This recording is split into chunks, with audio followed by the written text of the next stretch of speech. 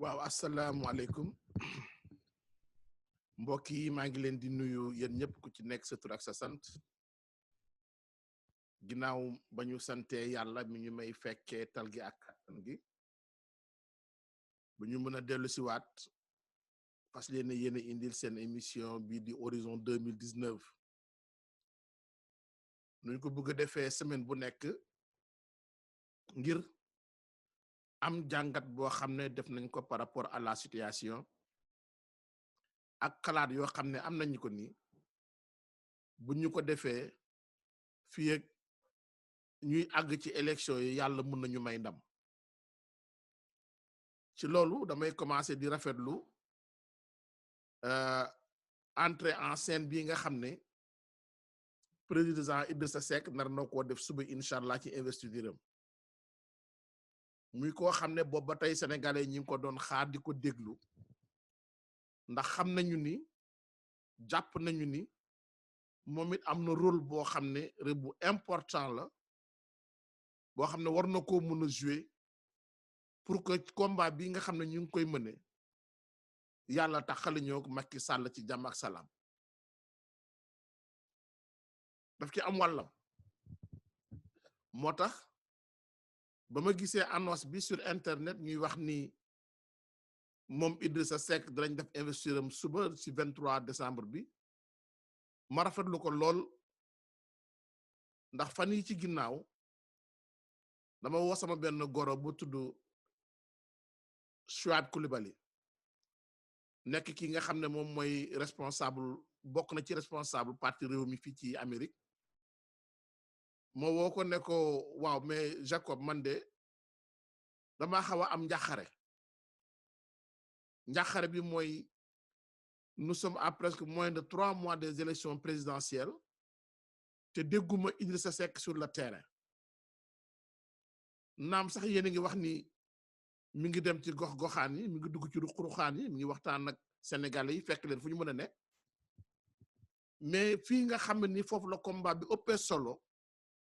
mooy le combat en amont comme ni ma ko waxee sama ñaari émission yi passé combat boobu mooy fexe ba le processus électoral mu jaar yoon ñu fexe ba fichier électoral bi ak carte bi nga xam ne moom mooy électoral bi ñu tel cee jot ndax li ñu dal ci élection législative yi bañ ñoo dal ci présidentielle yi ñëw xamuñu ñoom lan lañu nar xamuñu ñoom lan lañu namm wante am na loo xam ne leer nañu ñun ñëpp mooy que Macky Sall dem na ba avoué que ni bañ a am deuxième mandat dee sax moo ko gën a seet xam nga ku demee ba yemale ñàkk am mandat ak dee kooku xam nga fu mu ko toll donc lañuy def lañuy nas xamuñu lan la mais wóor nañu rek ni il feront tout lu nekk ci seeni possibilité pour am un deuxième mandat te loolu nag mënul nekk lenn lu en amont parce que Sénégal toll na foo xam ne le jour J moom def ci yenn yi du daal di sotti danga koy def kay ci kanam bés bi di agsi maanaam diggante inscription bi retrait yi distribution bi ak surtout li nga xam ne nag moom mooy fichier électoral bi kana ci nekk kana ci nekkul yan bureau de vote yu bees moo am yan la ñuy supprimer loolu ba fu mu toll ni ñoom rek ñoo ko xam te loolu dafa demoon ba nekk un acquis pour la démocratie sénégalaise demoon nañ ba tollu jamono yoo xam ne ni dootul nit maanaam mooy laam-laame ak yi nga xam ne amoon nañu ko mais ñoom ils ont préféré revenir sur ces acquis-là ils ont préféré moom Macky Sall coup consensuel de Kéba Mbaye bi ñu amoon ak ñi nga xam ne noonu la ñu organiser les élections de 2000 organiser ko les élections de 2012 moom mu ñëw ne unilatéralement moom ak ay nitam rek ñooy organiser yi élection loolu rek déjà ku mu dalul sa xel ku mu maanaam lëndëmulul sa xel leneen dootul lëndëmul sa xel moo tax ñu ne ma toogee ay weer ma woo sama gore boobu Saïd Coulibaly ne ko ah man de dama ànd ak njàqare ndax élection yi ñuy dem pour man dafa nekk un tournant décisif ci ni Sénégal di doxe ma ne ko élection yi ñuy jublu waruñu rater boobu virage parce que déjà raté nañu ñaari virage raté nañu le virage de l'indépendance ñëw raté les virages des deux alternances rater un troisième virage peut nous être fatal d'autant plus que Sénégal tey dafa nekk comme ni ma koy waxee chaque fois di ko fàttali parce que nee nañu la répétition est pédagogique Sénégal dafa nekk fu mu toll ñu lu ñëw à la croisée des chemins xam nga dëkk bu nekkee à la croisée des chemins dëkk boobu def nànk daf leen war dox nànk def nànk daf ñuy daal di war moo tax ma ni lii nga xam ne tey dégg naa ko ni moom président Idrissa Seck jug na pour maanaam def investiram naka ni sax ni mi ngi doon liggéeyam ci maanaam gox-goxaan yi mais xeex bi moo doon fexe bu ñëpp boole seen doole nekk benn jàkkaarloog Macky Sall ba li nga xam ne moom mooy le travail en amont mu dalee am bonsoir monsieur Montero maa ngi lay nuyu Sékou Montero kon c'est li nga xam ne am na benn comment dirais-je nu ñuy tuddee espoir lueur d'espoir par rapport ak lii nga xam ne ñun moom la ñu war a tey taxaw fexe ba kii ñu jàmmaar lool ñu wan ko ni ah mun nga ñëw jéem a jaay doole ñun ñu ànd ak suñu esprit républicain jàmmaar loog yow ba daan la ndax moom fu mu toll ni lépp ci mi ngi ko teg ci jaay doole manipuler la justice jaay doole manipuler la justice ci ñaar ñooñu la ko teg ñun nag xam nañu ni ñii nga xam ne ñoo nekk ci kujje gi ak sénégalais yi nga xam ni bokkuñu ci benn parti mais que tey lii nga xam ni moom mooy xeex bi contre l'injustice dañ cee taxaw loolu am solo la parce que bu ñu seetaanee comme ni nga xam ni noonu la ñu seetaanee woon depuis 2012 ñuy daan doole teg doole jaay doole ki nga xam ne moom mooy Karim Wade ak waa PDS depuis 2012 maa ngi koy wax mon général Cheikh Sadibou Diouf nuyu naa la depuis 2012 dañu ne woon kooku affaire de waa PDS la ñoo fi nekkoon ba mu pare mu jublu ci kan Khalifa Sall ñu ne affaire waa Khalifa Sall la léegi mu ñëw ci lan indi parrainage pour fexe am ñeneen ñu muy éliminer dégg ngeen premier ministre dem na assemblée nationale ne juróomi nit sax duñu jàkkaarloog Macky Sall ministre de la justice wax ko def ay déclaration yoo xam ne ba ñi nga xam ne magistrat yi sax dañu mujj génn ne mais lii nag ëpp na du ay ministre ñooy tànn ñan ñooy jàkkaarloog président ak ñu ko dul jàkkaarloo kon ñoom dañoo defar seen schéma ba toog ba taxaw ci schéma boobu nag ñoom dañ cee fas yéene éliminer ñaar ñoo xam ne ni ñii dañuy utiliser ñoom ñaar ñëpp dañuy utiliser la justice parce que ba ñuy ñëw naan ñu dañu bëgg a def li nga xam ne moom mooy reddition des comptes dëkkaliwaat CREI yi indi benn liste de 25 personnes liste boobu ba tey benn nit lañ ci jàpp mooy Karim Meïssa Wade amul ñaar amul ñett amul ñeent liste de 25 personnes benn nit boobu lañ ci jàpp muy Karim Meïssa Wade ana ñeneen ña est-ce que pendant 12 ans ci régime bu Ablaye Wade moom rek dañ ci mënoon a topp kon problème yi ngi noonu problème bu rëy yi ngi noonu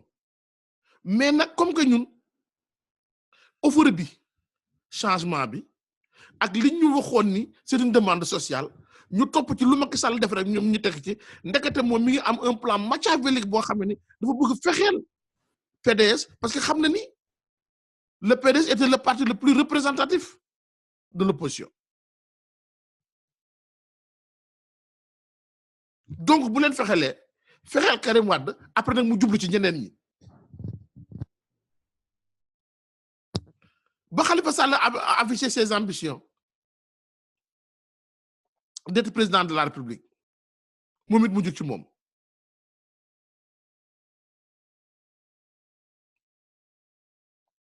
loolu yëpp ñu seetaan dañoo seetaan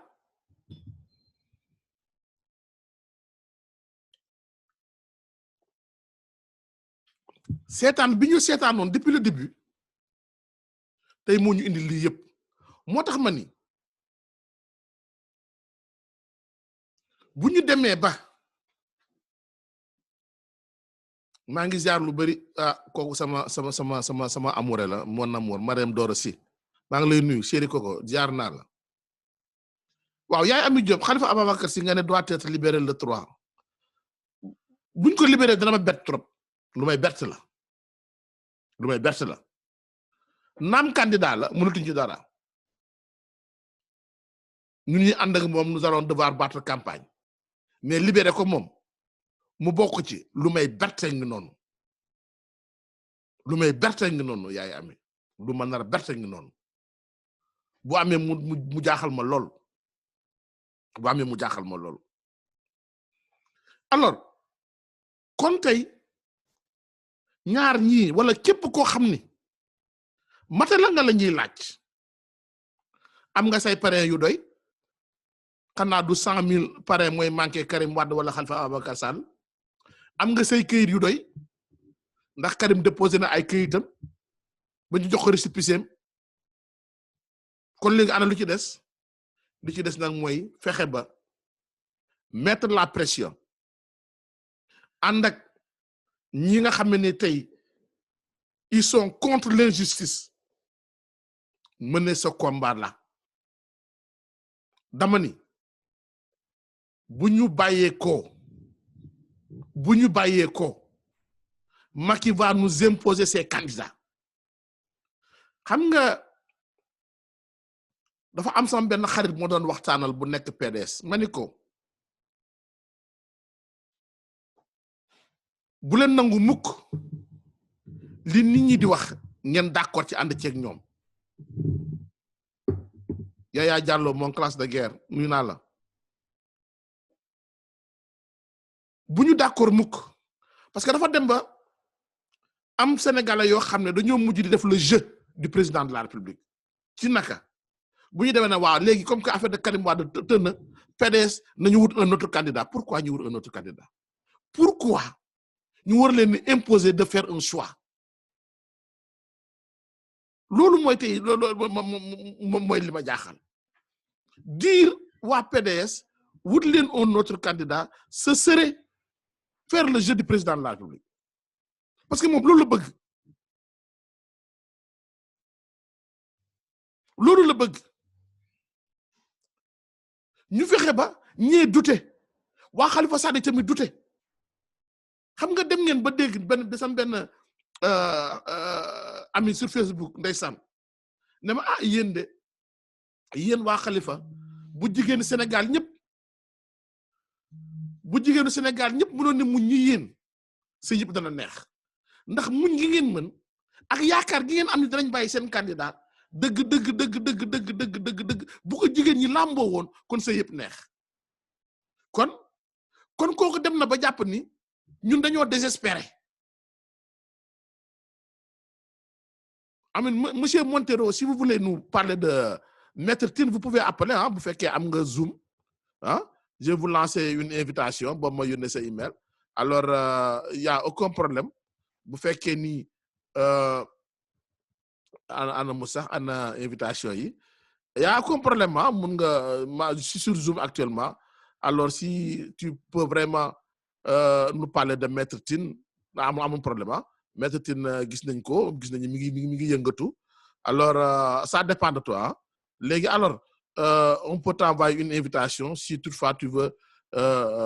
nous parler pour participer bien sûr en direct parce que nous sommes sur Zoom alors boo xoolee lien bi sax tu sais que tu pourras y participer alors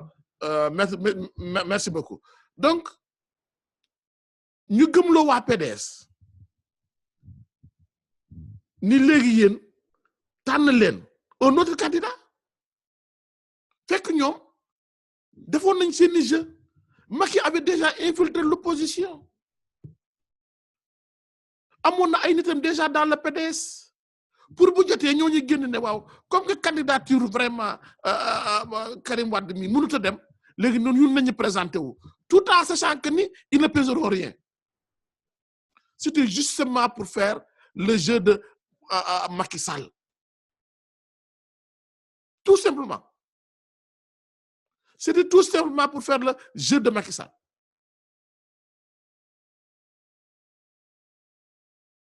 pourquoi moo tax ma ne yenn saa dañuy war di am seetlu et on se pose des questions très simples xam nga bu nguur demee ba di changer constitution di ko changer waat pour empêcher la candidature d'une personne ngeen xam ne y a problème mais nag lu Ndiaga Mbaye doon wax yàlla ay ci potu mbuur yàlla ay ci potu mbuur mooy di nga dugg sa complot def say plan am loo xam ne sunu borom subhanahu wa taala dana la ko nëbb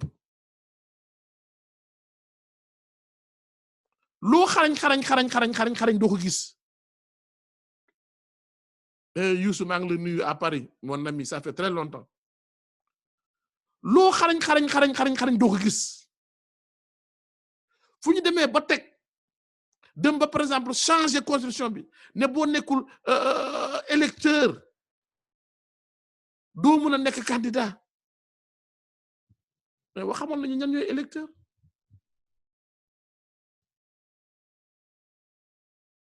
kuy électeur ku dul électeur gars yi xam nañu ko kon seeni pexe yëpp pour fexe ba Karim du bokk mais antuwul seen pexe yëpp pour fexe ba Khalifa du bokk mais antuwul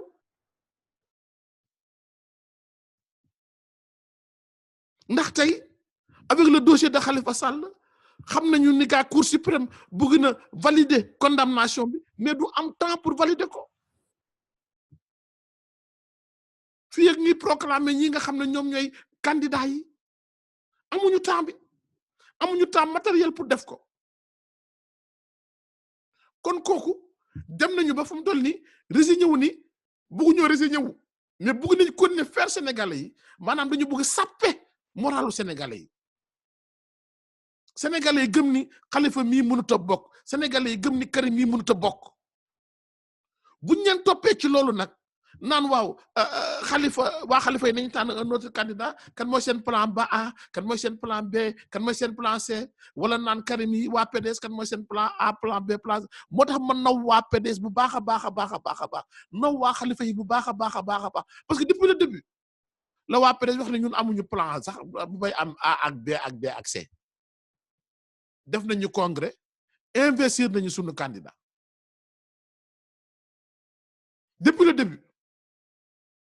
parce que xamoon nañu ñii lu ñu bëgg lan la au fait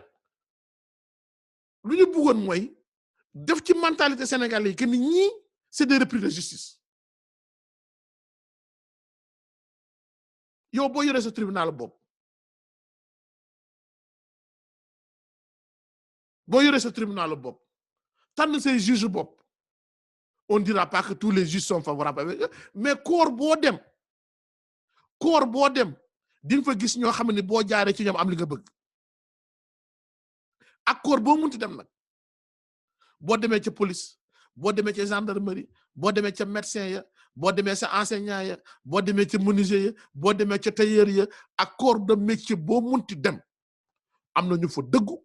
am na ñoo xam ne boo jaaree ci ñoom am li nga bëgg te ñooñu ngay jaar nag ñaar la ñu ñett ba juróom ba fukk ñoo war a yàqal nag toute une corporation c'est ça le malheur aujourd'hui quelques magistrats ñooy nangu jouer le jeu du régime ñooñu ñoo fas yéene yàq li nga xam ne moom mooy deru maanaam magistrat yëpp alors kon ñun une prochaine fois monsieur Montero une prochaine fois je vais prendre en direct on va programmer et puis on y parle parce que on a besoin de toutes les forces vives monsieur Tine dinaa koy seetaan ci ay kiwam on a besoin de toutes les forces vives pour venir à bout de ce régime très dangereux je l'ai dit l'autre fois et je le répète c'est un régime très dangereux ils ne reculeront devant rien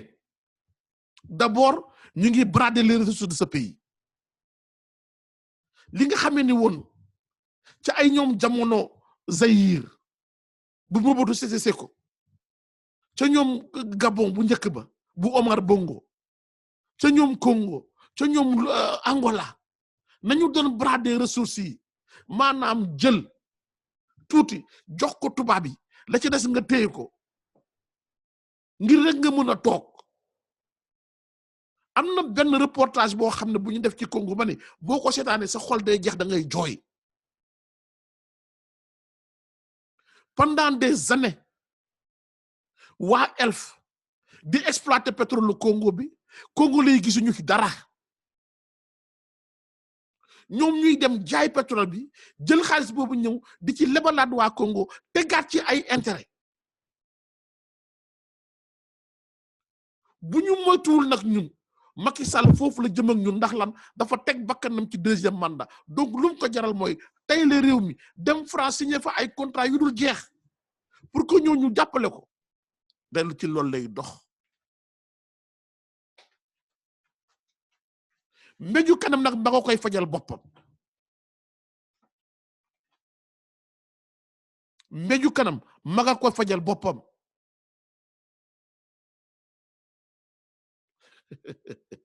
Koukou Touré nee na moom dégg Touré Tanor Dieng rek mu am fièvre 55 degré bul feebar sama jigéen bul am benn fièvre Touré Mandi Mori maa ngi koy nuyu baax depuis foofu ci Italie Koukou Touré dégg nga ñaare dégg bul am feebar xam nga Tanor moom loolu la di wax rek kuy ñaanee sa nonu sa deewin ñaaw kuy ñaanee sa nonu sa deewin ñaaw kutu bu la ci dara naqare xam nga yàlla bugul kuy wor sunu borom moo koy fajal boppam trahir yàlla bugul ku koy def gis nga moo tax ñi nga xam ne ci maanaam dans la pensée africaine ñu ne ay nit ñoo xam ne dañuy séq ak ay jinne ñooñu dig leen ñu ne ñu bu ñu amee boo leen ñu mayee alal dinañ leen saraxe sunu lii ñu ne même seytaane boo digleeg moom respecteel di nga digleeg moom Tafa loo depuis Espagne maa ngi lay nuyu ziar naa loo bari loo njaay ay satandoo yi nee na Tanor fu tooy mu tag bàyyi leen Tanor yéen tamit yàlla suñu boppam moo contre traite moo tax ñu ne même seytaane boo si moom accord gars yi dañ ko doon nettali ne kii kat dafa wecce doomam ak alal respecté wul lu mu defoon nag jinne ba léeg dal ko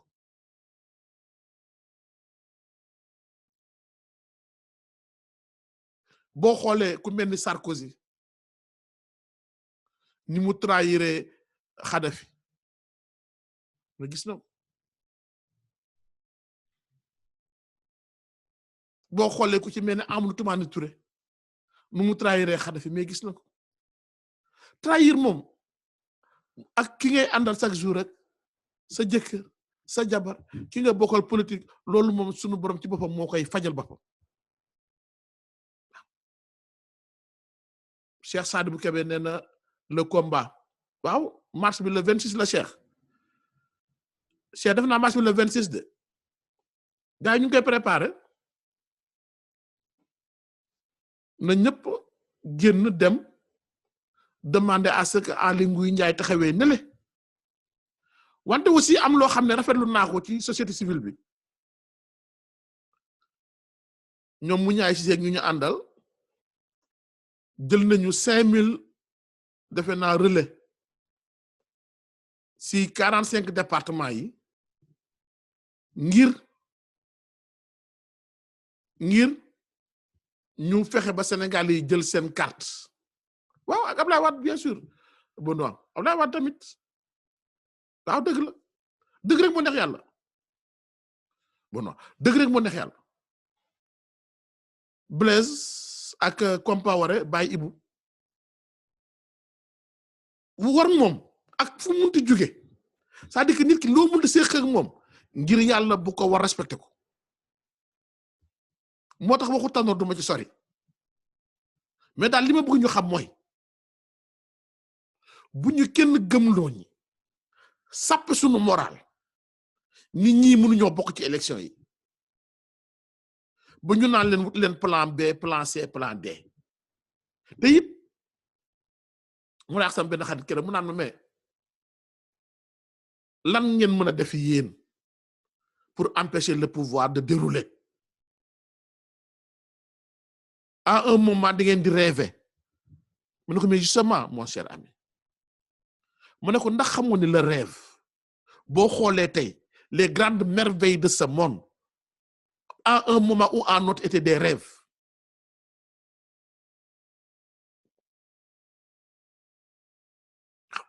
voilà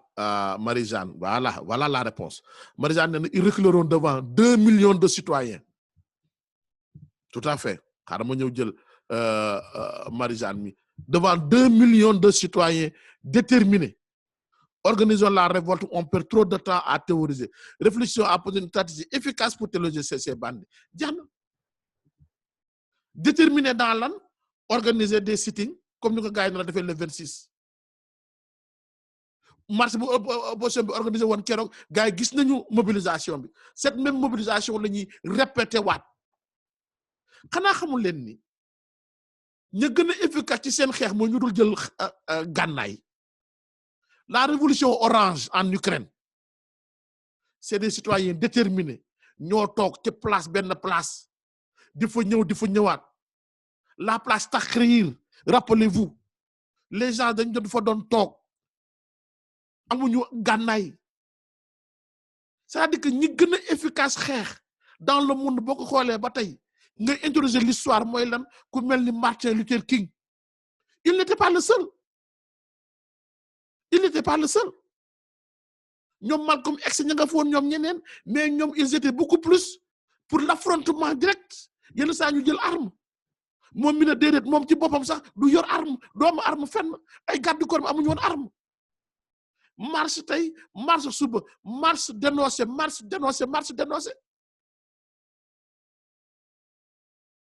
Gandhi ba muy xeex ak colon yi dox la doon def dox ñu naan waaye kii mooy ñàkk caaxaan yow kii ñëw yor sa dëkk conquérir ko jël lépp nga naan da ngay dox mu naan dafay dox fu mu dox ñooñu laaj ko muy wax ak ñoom mu commencé ci par benn di ko topp ñaar di ko topp ñett di ko topp nombre bi di dem parce que ñooñu dañoo gëm ba ko benn toppee ñeneen ñi dañu doon ree ba ko ñaar toppee ña doon ree gën a bari mais ñooñu doon ree dem nañu ba ay at ci kanam ñu bénéficier wu de l'indépendance boo xam ne ñii ñoo dox am ko musu ñoo jël gànnaay Ba Moussa Nala Sali je crois que vous avez perdu le combat d'avance comment on l'a perdu d'avance Les élections, c'est en 2019, février 2019, Ba Moussa. Il faut m'expliquer, je ne comprends pas.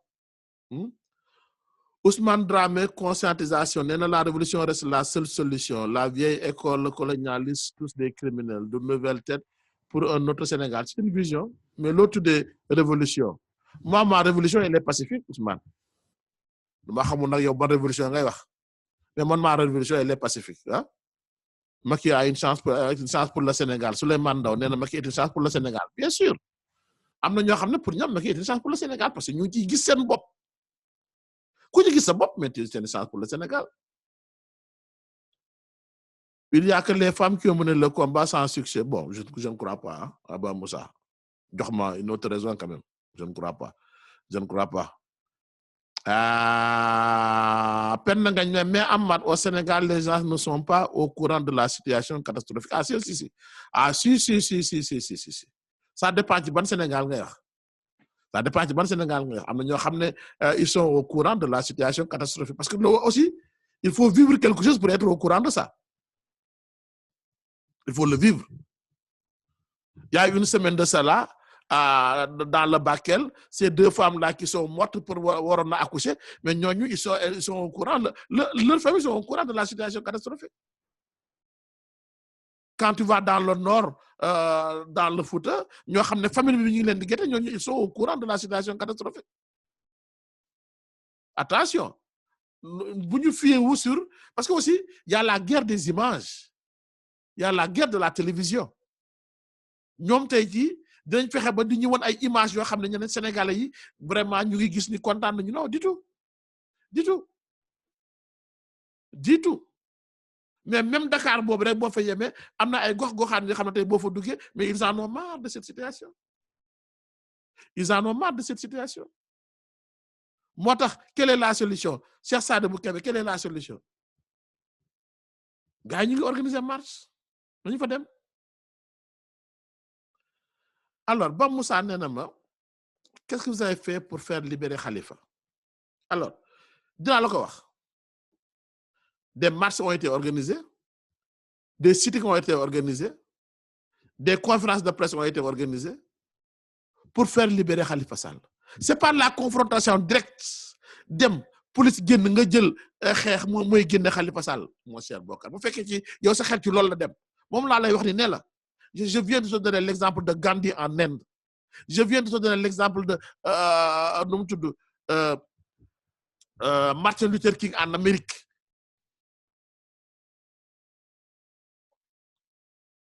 Dans tous les États pratiquement esclavagistes, Martin Luther King dafa organiser ay marches ñuy jàpp ay nit leen tëj ci kaso bi n'empêche semaine peut-être mu dellu si waat et ça finit par payer Moi, c'est mon option à moi. Toi, tu peux changer l'option violente, croyant que il faut que policiers yi génn gars yi génn ngeen jàmmarloo ngeen reyante. Non. Ce que nous avons fait pour Khalifa Sall, moi, comme Khalifa l'a toujours réclamé, être républicain jusqu'au bout. Lui, république, mais ñu jël ko. Et ça a payé en Afrique du Sud. Ça a payé en Afrique du Sud. Ça a payé dans d'autres pays.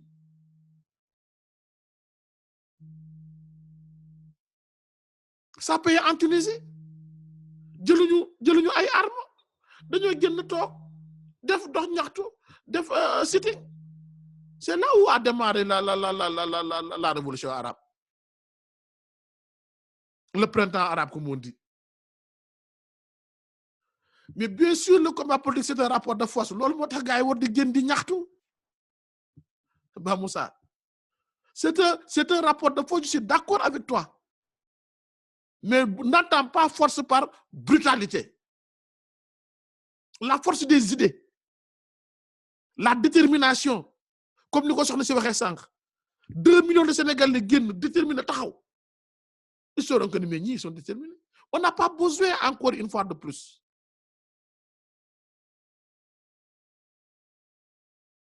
Encore une fois de plus. Di xeex.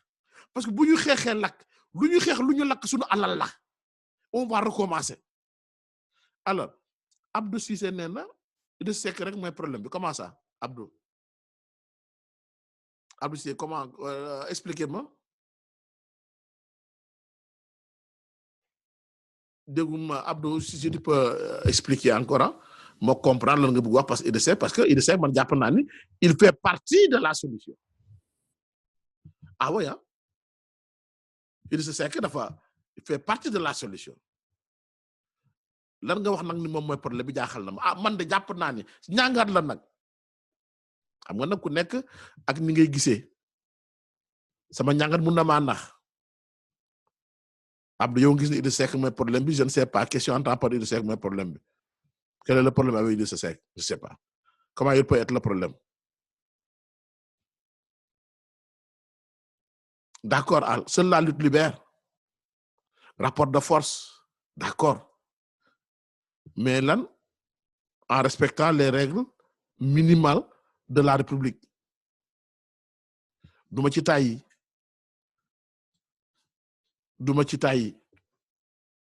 Pour rappeler toujours, encore et toujours, puisqu'on dit que la répétition est pédagogique. L'exemple de Martin Luther King en Amérique, l'exemple de Gandhi en Inde, l'exemple de Nelson Mandela en Afrique du Sud, et tant d'autres qui ont pacifiquement, face à leur détermination, bien sûr, parce que tamit lu amul pas-pas nit ki bu gëmul am pas-pas du dem fenn.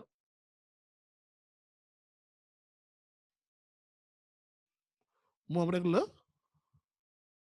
problème bi la wax di loolu bon je ne comprends pas Abdou xamul la nga bind foofa al dafa am aussi la détermination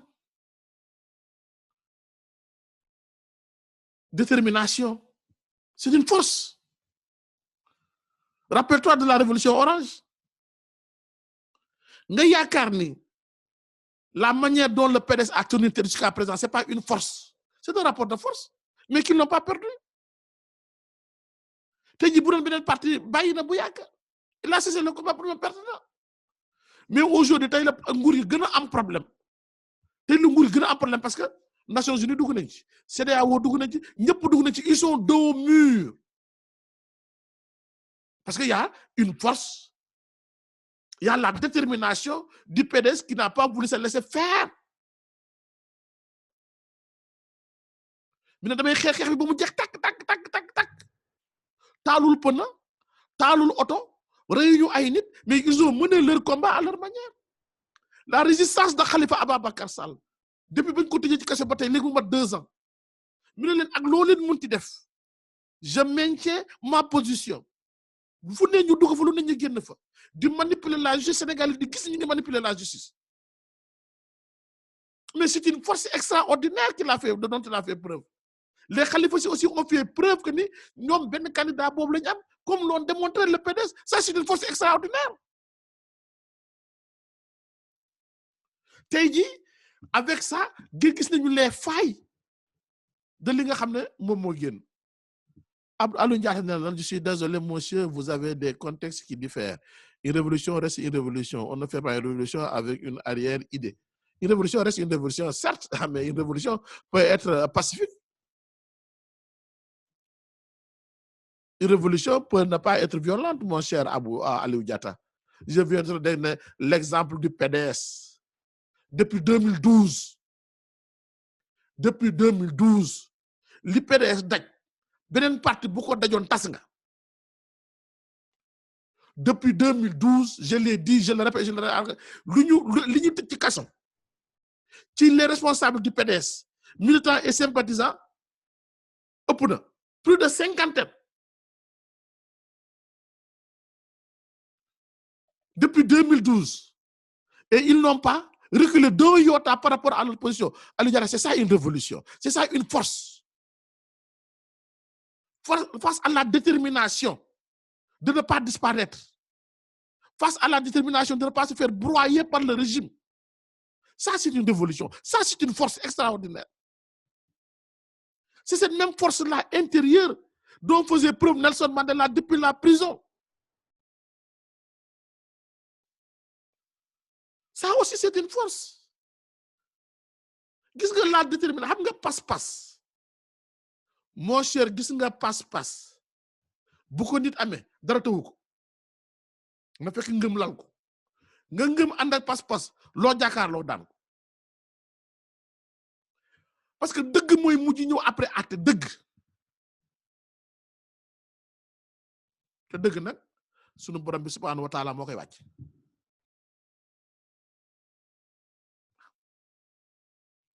sunu borom bi subhanahu wa taala moo koy wàcc vraiment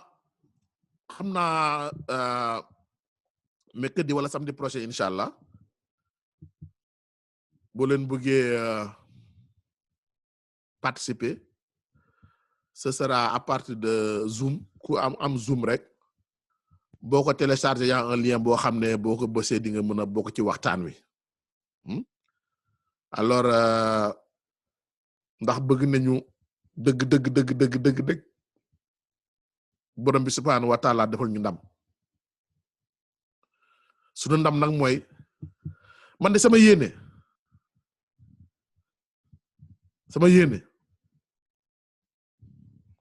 sunu ndam mooy d'abord que ñëpp bokk ci élection yi Karim Wade Khalifa Sall ak ñëpp ñuy déposer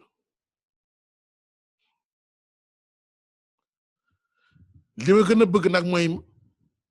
fexe ba au soir du 24 février Macky bu mu dem deuxième tour ce serait la plus grande victoire de l'histoire du Sénégal Al Diallo nee na lan en tout cas aujourd'hui le Sénégal vit sous les agissements d'un dictateur d'une époque qui refuse de liberté l'existence d'une opposition au Sénégal. Pire, il sacralise la transhumance et le banditisme d'État. Tout à fait. Mais nag yàlla baax na àll ñu ngi ci xeex bi te sunu borom mën na cee def ndam Souleymane Ndaw nee na vous êtes un républicain nag je vous invite à venir soutenir Macky Sall ne ko na changé Souleymane ne ko na changé bàyyi jaay doole bi te xam ni doole yàllaa ko moom te bu fekkee dafa toppe kii 1 milliard 800 ñu nekkee détourné na 29 milliards na topp kooku ñu nekkee détourné 84 milliards na topp kooku te nañu laajal waajile moom it kii Amar suñuy 7 milliards ñaari immeuble ñu waxoon dañu koy tabaxal pour ARP xaw ma lan xam nga ñu war a topp bari na waaye ñoo ñëpp ko ñu nga ànd ak moom mu ne du leen topp ci dara Souleymane wax loolu ba pare waaw bu ko defee nag ñu ñëw soutenir leen ñu ndax ñun républicain lañu bu soutenir mbokk yi li moo doon seen waxtaanu samedi tey bi di leen invité samedi prochain nag incha allah pour waxtaan bu gën a yaatu nañu bàyyi xel ni ëllëgu Sénégal tey lañu koy tabax dana metti mais nag dafa am benn kàddu boo xam ne nettali naa ko fi nettaliwaat ko fi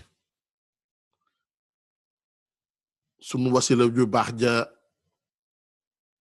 Cheikh Ahmed Tidiane Sy waxoon ko Al Maktoum ba mu ne woon l'heure est grave mais la gravité de l'heure ne saurait décourager un musulman convaincu ma nit ma jël kàddu googu conceptualiser ko ne l'heure est grave mais la gravité de l'heure ne saurait décourager un patriote engagé déterminé et convaincu nañu gëm ni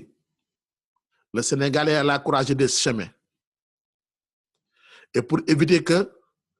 li daloon nu mu tudd Zaïre Congo Gabon Angola ba yeneen Afrique yëpp am ressources yu ne gàññ mujj di xeexoo ko xiro ko ŋaayoo dal Sénégal il faut que ñu jëlee fi régime bi dëgëralaat institution yi ba Sénégalais yëpp yem ci li nga xam ne ñoom ñooy les ressources fii ñëw benn ngay nuy naa la lu bare maa ngi nuy waa Allemagne yëpp ak ñëpp ñu ngi doon déglu ñëpp doon seetaan di leen ñaanal jàmm di ko sàkku ci yéen seen xarit seen doomu day Amath Diouf